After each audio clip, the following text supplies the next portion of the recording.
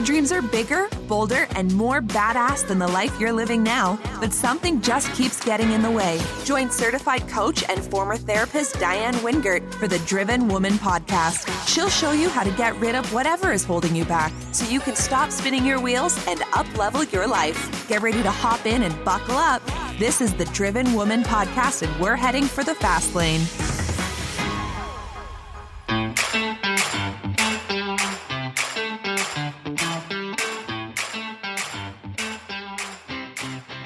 Well, hello there, my fellow driven women.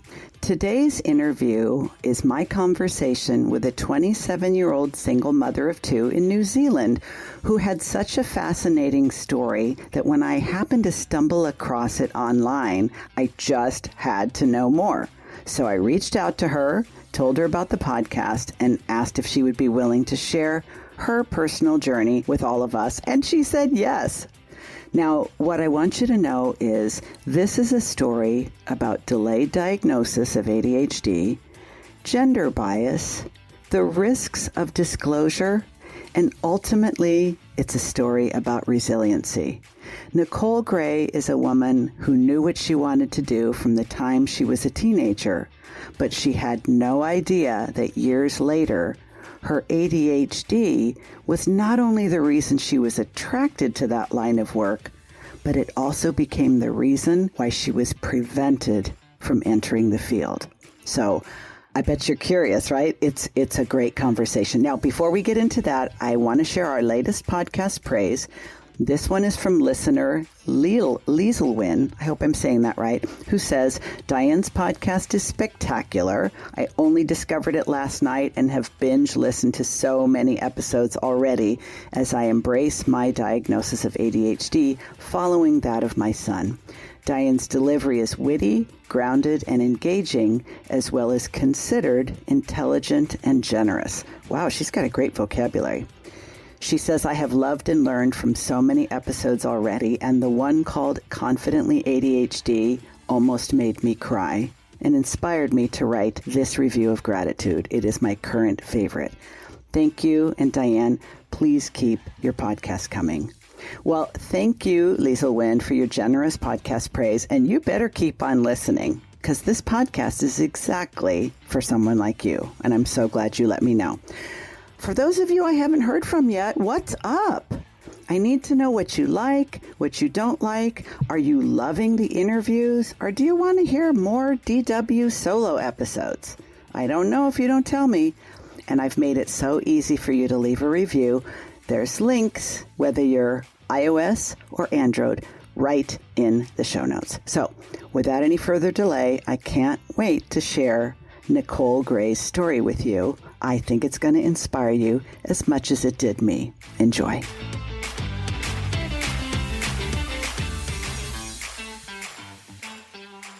Well, I am very, very excited to welcome you today, Nicole. After I saw your story, I don't even know if I explained this to you, but I have a Google Alerts that indicates that lets me know by email whenever there is any story that's noteworthy regarding a woman with ADHD. So it's just kind of a little thing that pops up, and most of them are not any good. And then I saw yours and I thought, I have to talk to her. So I clicked on the link, and of course it took me to the newspaper website, which had a paywall.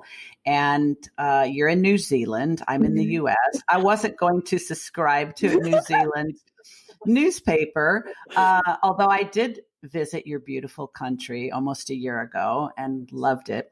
But I thought all I need to know is right here in the title. And I reached out to you, you responded, and a week later, here we are. So welcome to the Driven Woman. Wow, this is incredible. Absolutely incredible. What a story. I have wondered how on earth you found the story. I think I should turn some Google alerts on to meet some other amazing people. It's not a bad idea. Well, you can meet, I think this is one of the things that's super exciting about both podcasting and social media is that you find your people wherever they might be. And so we might be separated by a few thousand miles, but I'd like to say we are like-minded and like-brained. Definitely. So let's not keep the audience in suspense. Nicole Gray is a 27-year-old single mom who, as I said, lives in New Zealand. And the reason why I invited her to The Driven Woman to share her story with you is because she was diagnosed with ADHD at the age of 25. And the diagnosis, and specifically the medication that she takes for her ADHD, prevented her from fulfilling a lifelong wish to become a police officer. And that's what the newspaper article was about. So can you give us a little bit of the backstory about your interest in police work and how you came to be diagnosed? Let's start there. Absolutely.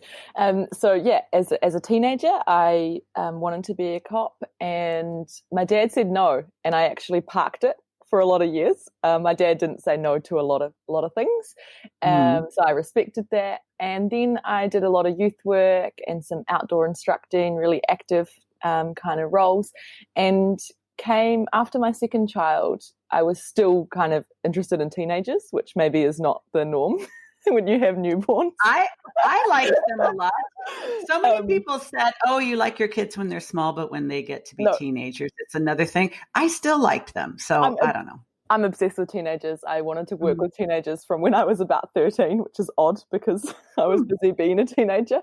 And so I thought, actually, to consolidate everything I've done, policing would be amazing. I'm not interested in studying, not. And this would be really cool. And so on not quite a whim, but quite casually, I applied. And then...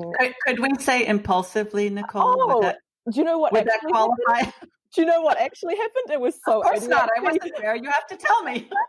I so ADHD. Earlier, like a month maybe earlier, it had an attachment for your CV or your resume, I think you might call it, to upload. And when I went back a month later and was pondering over it, there was no attachment, and I accidentally clicked apply, and it went through.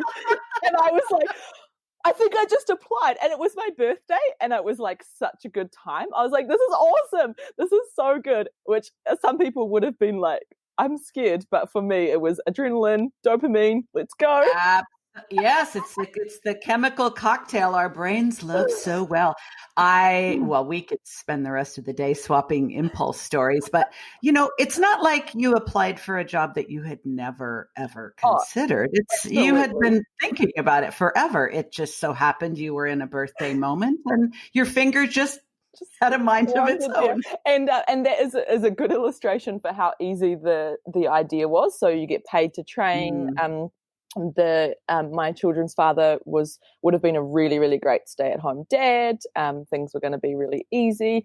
And so through the process, which was actually nearly 2 years from that date, things got really, really, really hard, and I had to decide. In what way? I don't want you to gloss over that part. It may be ADHD related, or it might be because the process is more difficult in New Zealand, or it may just be difficult for you for some other reason. Yes. So it got really hard because my husband left, and I was on my own without having ever had a career. I didn't have a job at the time. I didn't have any family nearby at all.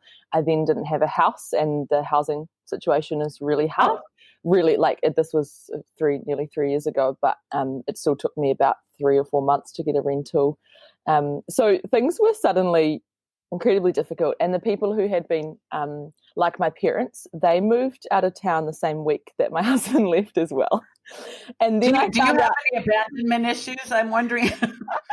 Well, actually, that was the first time I'd experienced rejection, and I wish that I had experienced it maybe slightly younger or in a slightly more mild form, because to have it in such an extreme way was really full on.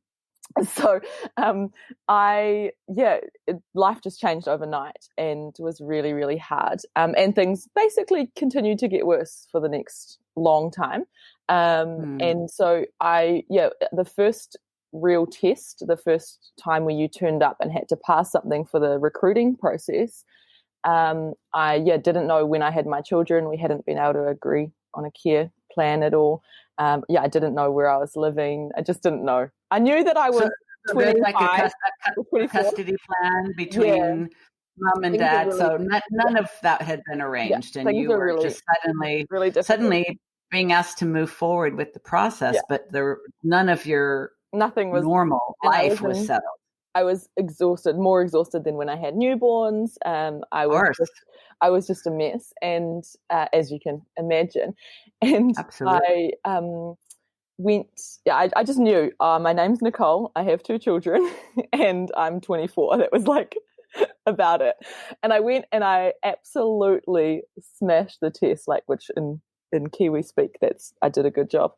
And I got back to the car, and it was this really one of those moments where everything changed. And I thought, maybe I can do this as a single mom. Maybe I can do this, with my community. I've got a tribe. And I think I want this really badly. And it then took me a lot to get through. Like, I remember working at a restaurant, which is the most horrific thing I've ever done for my ADHD. And I wasn't diagnosed then. Some people, I've seen a lot of comments. Because you couldn't keep the orders straight. You delivered the wrong food to the wrong people. You forgot things. Like, what happened? So I think I'd never been managed before, like at all. I had been the person from 15. I had jobs where I held the key, I knew the alarm code, and I managed everything, and I was the person. And so this was a very small restaurant with a bit of a micromanager. Yes. So I could be observed at all times. I'd never been observed before, I don't think, in the workplace. And I also couldn't, one of my main symptoms is prioritizing tasks and inability to prioritize tasks. And what happens when you're waitressing is you constantly need to rearrange the priority of the task. And I couldn't, I put so much effort into it, but I couldn't layer the different information to create a formula that would work. So even after 6 months, and even when I had some really amazing nights, I just could not do it. And I've never felt so inadequate, actually, as I'd never experienced being in a job where I didn't feel like I was in my sweet spot and doing a great job. And it really threw me. As you get to know more women with ADHD, you will realize how fortunate that is. Exactly. Like when we can either choose or somehow intuitively find our way into something that leverages our strengths and works with our challenges, we don't even think we struggle. We're not disordered. We don't have deficits. It's when there's not a good fit between your brain and the environmental requirements of the job that you realize, what's the matter with me? So that was clearly not for you. It was not for me, and I'm so grateful. That was just a very dark blip on my life because of the situation, working nights so that I didn't have to put my children in care. I also think it contributed to accepting the diagnosis because I was struggling so much, and being aware of this is not normal, this is really hard, or this is not going well really helped when I discovered about ADHD. So I went through. Well, let's go back to that, because I think that's a really important part of your story, Nicole, is you know that most females, wherever they are in the world, don't find out that they have ADHD until they're adults. Whereas if you are a male, there's a very strong likelihood that you will find out when you are in elementary school.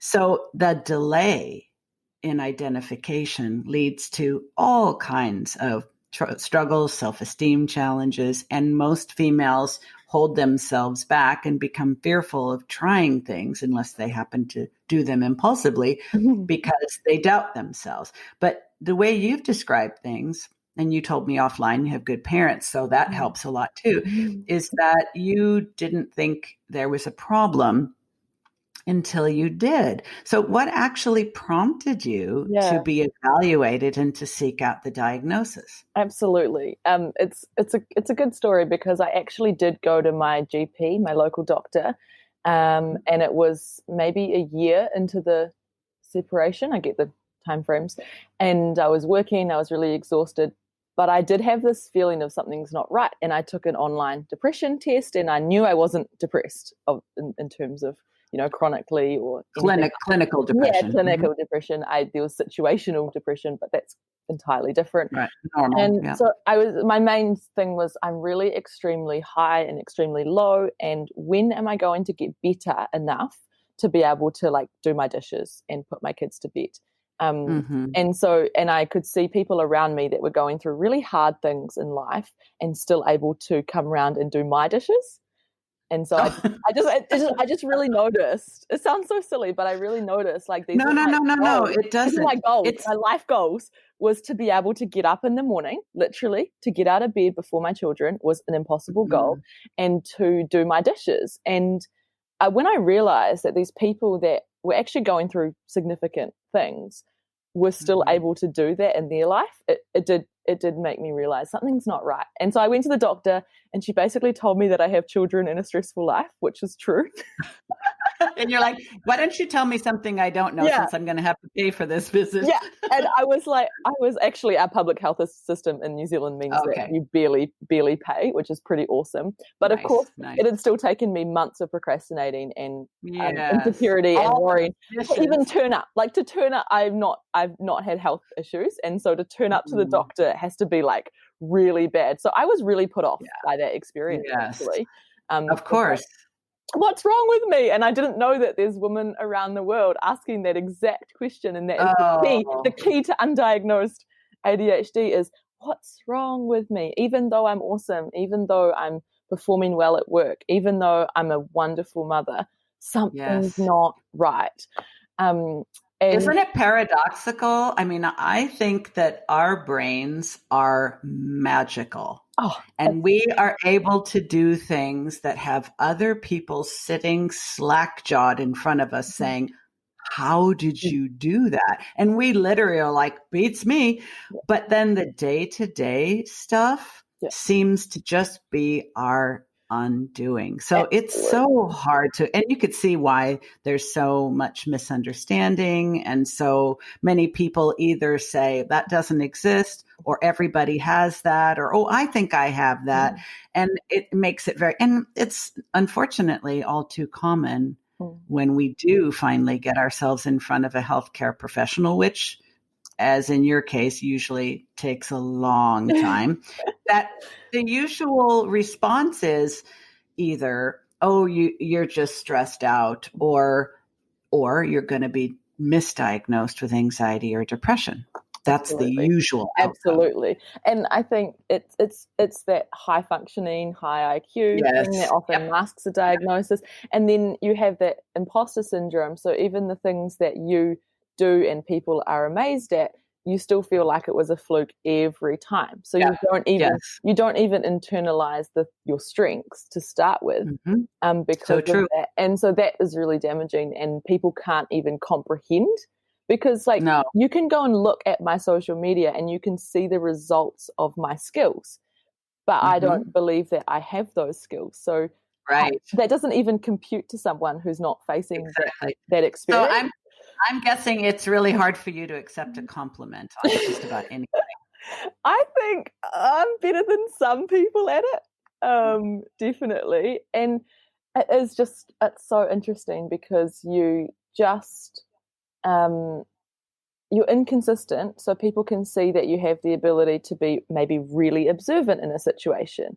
And so they think, oh, Nicole is really observant or really intelligent or really understands this. And so then the expectation of you for other people, that's what I found a huge thing is this is why people don't think it's real, or people criticize me, is because one day I do something really brilliant, and the next day I do something really, really, really blonde. Or you do this, or you do the same thing poorly, and it's like, wait a second, I forgot. You just did that yesterday, just incredibly well, and today you're literally looking at it like you've never seen it before. How do you explain this? Well, when somebody sees you do something well once, or you've given them the impression that you're high ability, high intelligence once, that sets the bar. And every single time, however you're functioning on any given day doesn't match up to that, the things that get attributed are lazy, crazy, weird, whatever. And then we just internalize that. Not trying. One of the things that helps me is like just a good narrative around every day being a surprise, that I'm going to wake up and discover something about executive functioning that I didn't know I have done my whole life. Like literally, how is there something brand new that I've never known you could mess up? But isn't it so, you do the same thing? I say I don't remember if the movie is Groundhog's Day or 50 First Dates, but it may be neither. But the thought is that every day I wake up is an adventure. Yeah. And I know I'll be surprised, even if it's something I've done a million times, because my memory is so bad. It'll be like the first time, and the first time for anything is always fun. And there's just a new way to have executive functioning just kind of disappear for a couple of seconds. There's so many ways. It takes the stigma and shame out of it, which absolutely helps. So take me back to, you did remarkably well in the first stage of applying for the police job, in spite of all the stress you were under, and you said, I'm doing this. So what happens? I'm doing that. And then I just went and did every stage really well. So I was really motivated. I really wanted it. And it was, that light in the dark tunnel for me. The dream of financial stability to provide for my kids was now this really awesome thing. And it was my ticket out of toxic relationships that I found myself in, because I was quite vulnerable and I had never lived alone, and I didn't know that I could be easily controlled and manipulated, which is also there you go. Thing. Yes, ma'am, it certainly is. So that was really happening for me, and I didn't address it because I was going to police college in my mind. So I was like, I've got a ticket out, and so I got really, really, I was really exposed, and it was really unhealthy, and it was connected to my employment. So it was power imbalance stuff as well. So it was quite full on, but this police thing was like this really driving, every time I would see a police car, it was like that reminder, like a vision board in your real life, because it's everywhere. Yeah. So I went through and I absolutely smashed everything. Like there were a 12-week distance learning course, so study. And because that was flexible and about 10 hours a week, I managed to really make that work for me, and passed everything really well. So I got through every single stage, and a couple of delays, as you can expect. With the process, it's really slow here to get in, which is good because they need to screen people. It's kind of important that, It's kind of the same way with becoming a psychotherapist. In my former career, you go to grad school for 2 years, then you have to do thousands of hours of supervised practice, then you have to take one test, then wait 6 months, then you take and I think, it does weed people out who don't want it as much. And I think that's a good thing.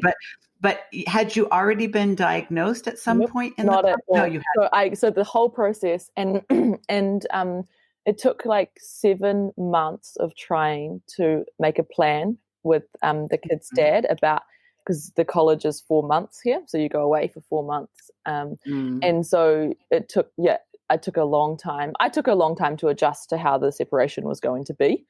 And because I'd planned to go to police college before, that was just a bit slow to realize how life was now. And so it took months and months to try and get that sorted for the kids. And so I got right up to the day where you sign your contract, which is like the official, you have a place, you have a spot, you are in, you've passed everything for a couple of months really.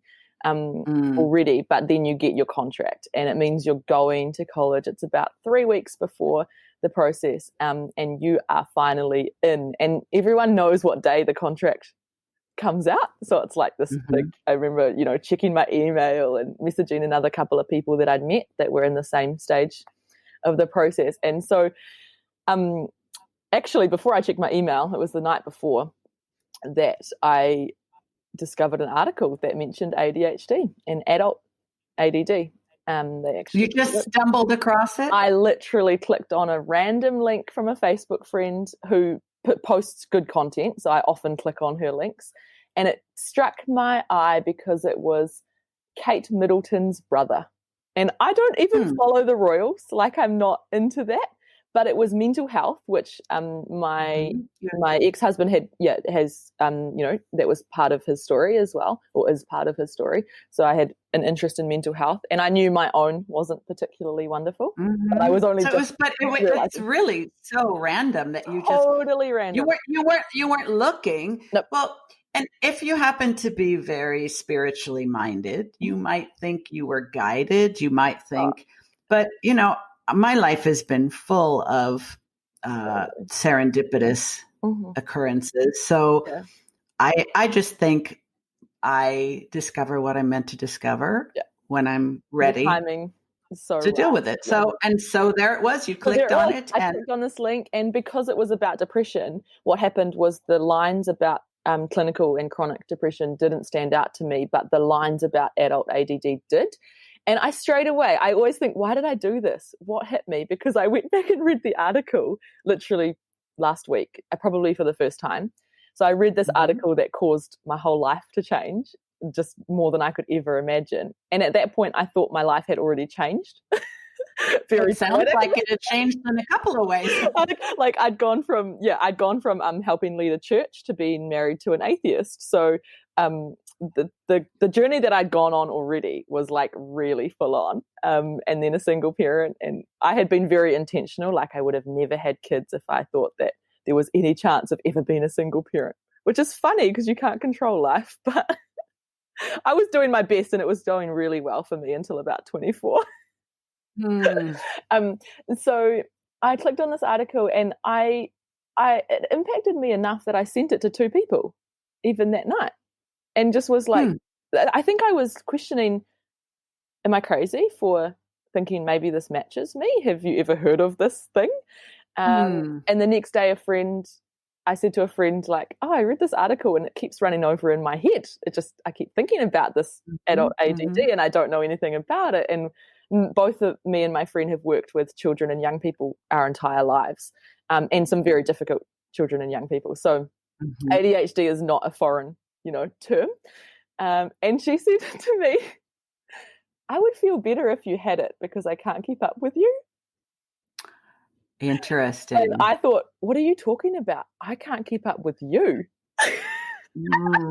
But she's looking at the things that you do naturally well, and you're looking at the things she does naturally well, and they're not the same things. That's exactly right. That's exactly right. And so we both feel like that about each other. And so that night, I couldn't get out of my head, and I didn't know what hyperfocus was, but I hyperfocused for 5 hours. Like, oh yeah, 5 hours, and no toileting, no sleeping. Of course, no sleeping, no eating is what I was trying to say. No eating, and I just devoured the internet on adult ADHD. And I am so amazed that everything I found that night has been like accurate, really well informed, well researched. So what happened was I went from like not even knowing you could be diagnosed as an adult one day, and the next day I probably even at that point knew more than the person who diagnosed me, because this is so ADHD. I mean, to go from not ever having thought about something to being completely obsessed with it within the span of a day is like, oh my. But see, I believe this is part of our gift. Is to become so powerfully attracted to something, so fascinated by it, so curious about it, that we could just devour the information. I mean, who does that? Yeah, I took like 3 or 4 tests or something. One of the tests, it said, like, if you score between 26 and 35, you might have mild ADHD. And I think I scored 52 or something. There you go. And I was like, you know what? I know we're not supposed to diagnose ourselves on the internet, but something is going on here and I'm going to find out.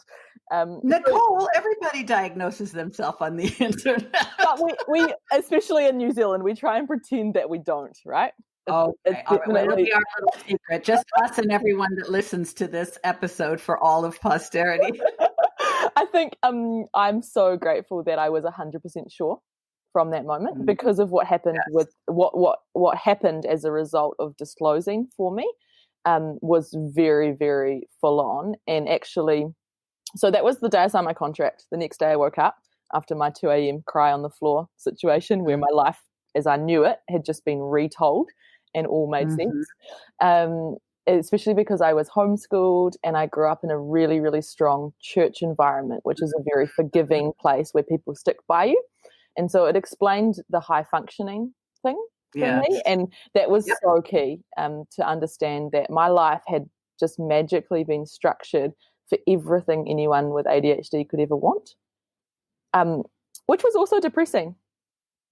But does that mean that probably one or both of your parents has ADHD? Because it's an unusual childhood. Most of us around the world grow up trying our best to conform to the norm of the neurotypical school district, the neurotypical church teachings, the neurotypical parenting strategies, and never feeling like we can do that successfully. But you had an environment just crafted to nurture you. And until you were in your 20s, you didn't even realize that life can mean things go terribly, horribly wrong. I list it for people so often because I want other people to identify it either in themselves or in others, that, by this age you should have a string of failed relationships, not one, 5-year marriage. You should have debt, of any kind. Traffic offences are really normal. Addiction, like more serious substance addictions. Of course, I'm addicted. I have an addictive personality, but not to something that is damaging my body. Like, I should say sugar's damaging my body, so I shouldn't say that. Yeah, I have to say. But the string of things that would normally be a bunch of work situations where you've been maybe fired or left, and you now have a resume that doesn't look, something's going on. Or told off your boss.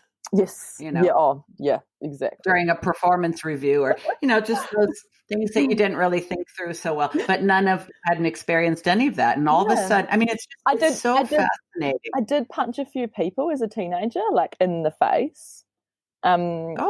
So, as you do, like it was very impulsive and didn't have many consequences. But again, I look back as I was in this really safe environment where that kind of thing was able to be, I didn't lose friends over it. I didn't have a school, like if I was in school, I wonder if I would have had school fights, which would have resulted in, maybe being it sounds like your childhood was really a judgment-free zone. It was a really intentional place. And so, I mean, I haven't got a disclaimer about which parent does or doesn't have ADHD. Okay, we'll just let that one go. One thing I do think, and I credit this, is that I think both my parents, but particularly my mum, I think she prayed about how to parent. And so without knowing and without ever feeling like she was successful, I'm sure in the moment, because we were so different, she prayed and did these things for me that were exactly what I needed without her or I ever knowing. And we've just had such a closer relationship, I think, not just through the diagnosis, but always through being a parent and those kind of things. But it's just told a different story of her parenting me and the household, explosive nature of ADHD and things like that. So it's been really, really rewarding to look back at the hard things and have a story that actually, that was really hard with it. Connects the dots. Other families weren't struggling with that. I mean, I take my kids to a family with 9 children and they're noisier and crazier, and you forget that day in, day out, that you're living in this chaotic world. Well, we all magic. When you grow up, whatever family you have, that's your frame of reference. That's your normal. Yeah. And you don't begin to question that until you're older and you get exposed to other types of families and you realize, so I noticed they don't do this. And I think it makes complete sense to me, Nicole, that this diagnosis sort of uncovers itself over time. I would just like it to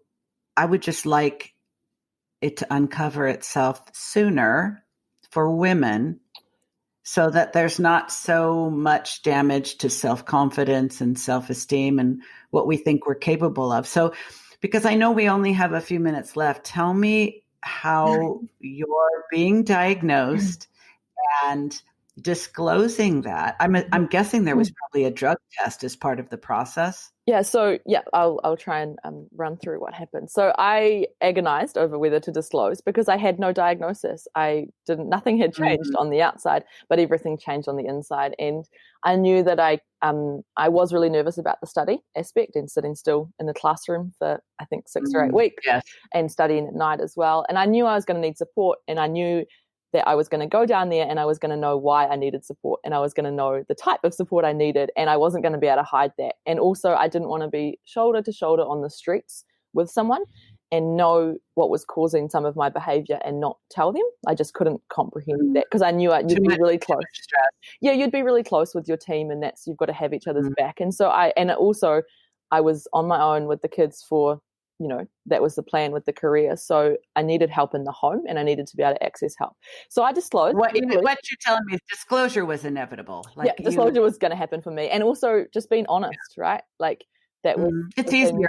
Yeah, that's easier. And so I disclosed, and everyone said, I don't think it'll make much difference. Like people in the police that I knew, people that ex-cops, family and friends, even the recruiting officer didn't alert me to what was going to happen. So I sent an email, and it took quite a while, and it came down, just all the timing came down to 2 days before I went. So I was packed up. I'd gone to a farewell evening and met all of the commanders of the area and things. And I had a friend's or new friend's bag to take down to the college and everything. And I got this phone call, and I wasn't going. And I'm so proud of myself. What exactly did they say? I know. And I almost, if I was angry about this, I would be requesting the recording of that phone call. I'm sure it's recorded, because I pushed back and I said, look, I'm ready to go. You're causing more stress and chaotic, you're putting me into a worse place by not going. I've got someone moving into my house. It's taken the 7 months to get. Did they say, we don't think you can handle it? No, not at all. I think I see it as they were like, how could we have missed this if it's really going on? So they had a bit of I can see from their end that was really unpredictable and panicky, because I hadn't displayed any symptoms the whole process to them. And so because a dangerous woman.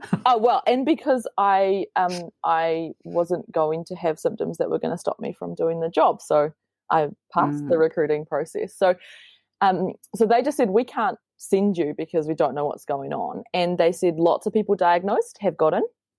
They said that medication shouldn't be a problem. You just need to be stable on it, which is really valid. And you're like, I'm already stable. Well, I passed all your freaking tests. Hello. But I was also like, you know what? If you're going to trial medication, let's be stable on it before you go into, law enforcement training.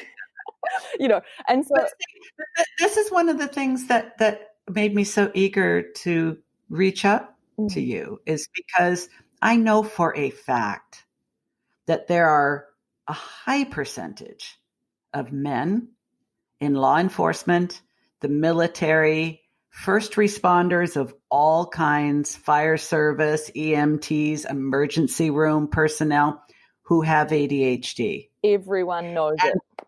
Everyone knows it. And my thought is, if you're going to discriminate against this woman because she knows she has ADHD and she wants to manage it with medication, but yet there's all these dudes in there who are just as hyperactive, who are just as impulsive, who are just as emotionally dysregulated without medication, I feel safer with you in the uniform, personally. On medication. That's exactly right. And so my choice to talk about it and manage it openly, rather than just kind of wander around and, have my symptoms spill out over everyone, because it's going to happen regardless of how you treat it. So they pulled me, and I had to go and get diagnosed, basically. Let's go and see what's happening. So I was really positive. I stayed really positive. I became transient and went through family court, which wasn't a great time.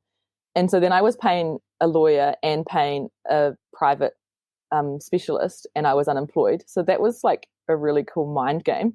Setback. a little bit. And then I didn't have a home. So then I was literally reliant on other people. Yeah.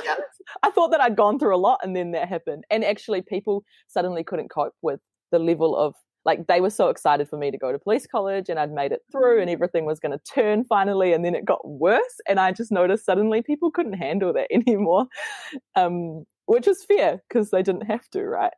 Well, but I think it's interesting that you're saying this, Nicole, because it's like we are able to tolerate and manage, and in many cases thrive under truly dire, chaotic, unpredictable, incredibly stressful and uncertain conditions.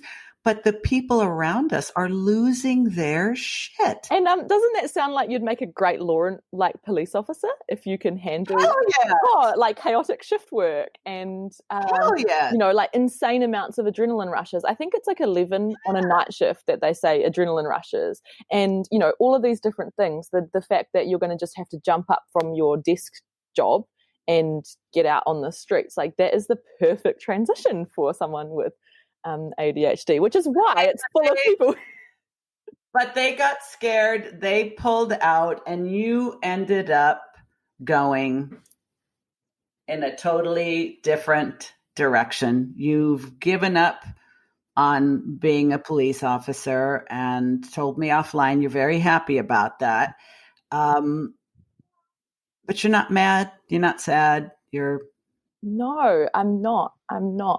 I'm not bitter at all, because 6 weeks after the permanent decline, which was 6 months down the track, getting diagnosed, trialing medication, finding out their policy was absolutely insane, not informed about ADHD at all. They wanted me to display 2 years, no symptoms. Like, what? That was what I did. You're not schizophrenic, crying out loud. You're not a drug addict. It was crazy. And so within 6 weeks, I got this job that was just like it was designed for me in local government. I work for a council and it's youth work. So there's like a legal standing committee of council, and it's a mashup of quite politics. I work with like elected members and things, young people, youth work, strategic kind of problem solving, all of those kind of things. And it's really varied and I absolutely love it. I didn't realize I was quite into politics, and I'm just kind of exploring that. And day 2 of that job, I walked past the police station, my local town, and saw the cops changing shift and thought, you know what? I am pretty happy with what I'm doing. And I think that's what makes the story so great, because it's for other people to be able to learn about ADHD and see the discrimination and work on that policy, really, and those policies and the views, because we all know that ADHD and police and other roles like that are very, very well suited to people with ADHD, whether they know it or not. But I think, I don't want to contradict you, Nicole, but I think you are what makes it a good story. You and your optimism and your adaptability and your resiliency. And I think intuition is definitely one of our gifts. And you knew you needed to click on that link. And maybe all of this, the whole journey, was to just show you what a badass you are, how strong you are, and that you truly know what's best for you when you see it. Yeah. So sometimes, I mean, I have beat my head against the wall many times over because I was so determined to do something, even after I had started to realize this might not be the right thing. Mm-hmm. But you had a totally different childhood than I had, and I think it was definitely an advantage. But I think you were able to say, you know what, this didn't work out. I'm going to try that, and just released any negative thoughts and feelings about all the effort that you expended. But what I'm hoping is that this story will be listened to, it will be shared, and that for the woman who wants to take up the fight to overcome this discrimination and earn her spot as a police officer in New Zealand or wherever in the world she may be, that she will be inspired by your story. Maybe not the outcome because you decided to go in a different route, but this is the right thing for you. And for the woman who has ADHD and wants to be a police officer and wants to be on medication, she will need to take on the fight of overcoming the stigma, the ignorance, and just the unfairness of this. So I want to thank you so very much for joining us, for sharing your story. And if I ever get a chance to come back to New Zealand, we have to meet up in person. Absolutely, absolutely. For anyone that's out there, I did hyper-focus on some research around why we make good police officers. And what needed to change about the policy. So I can send that to someone who's ready to. Oh, that would let's do this. I am going to include any links that you give me for your blog and for the research that you did. So people who've now become acquainted with you would like to know more about you, and it will all be in the show notes. Absolutely. It'd be great. And I might make it back to America one day. I mean, who knows when that's going to be with the current look me up life situation. Thank you. Thank you. Hey, it's Diane. Can I be honest with you? At the beginning of each new year, I always told myself, this is the year I'm going to get my habits dialed in. This is the year I'm going to be crystal clear about my goals and I'm going to crush them.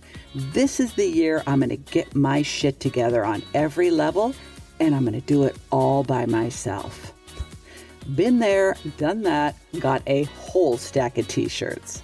But it wasn't until I started working with my own coach that I realized what a difference it makes to have guidance, support, and accountability from someone who's not only like-minded, but like-brained.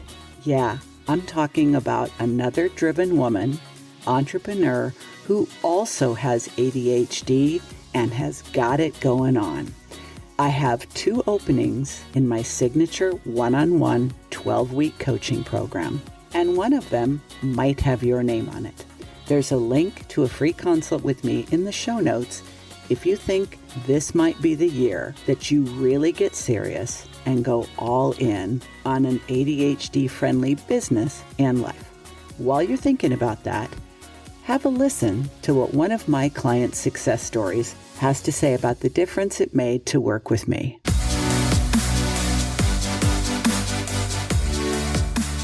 So I remember when we talked about what you introduced as habit stacking, so pairing your habits, and when you did initially bring that up, my initial reaction was like, ugh, like that sounds awful. Like, I don't want to do that. But that was like one of the first things one of the first shifts that our work together had changed. And that is something that I'm grateful for every day. So the first thing I do in the morning is I go pee. And so what your advice was, take your medication, right after, have your glass of water there in the bathroom. And so that's sort of my daily routine is going to the bathroom, taking my medication, contacts, coffee. Yeah. And it's great because it just cuts out any chance of forgetting, which then would lead to kind of lollygagging around and then like, oh, wait, have I taken it? I should take it. Wait, but this one other thing. And so that really starts off the day so consistently and well. So that is the first thing. And then with regards to the rest of my morning routine, my best friend and I, we live together and we exercise in the morning now. So we've been doing that for the past 4 months, like at least 4 days a week. And so we do beach body, and it's just really fun because we do have the accountability of there's going to be someone waiting for you. So your butt better be up.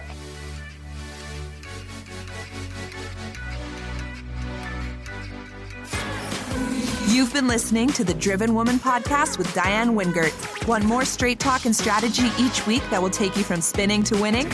Don't forget to hit subscribe in your podcast player so you won't miss a single episode. Then head on over to the Driven Woman free and private Facebook group community. See you there.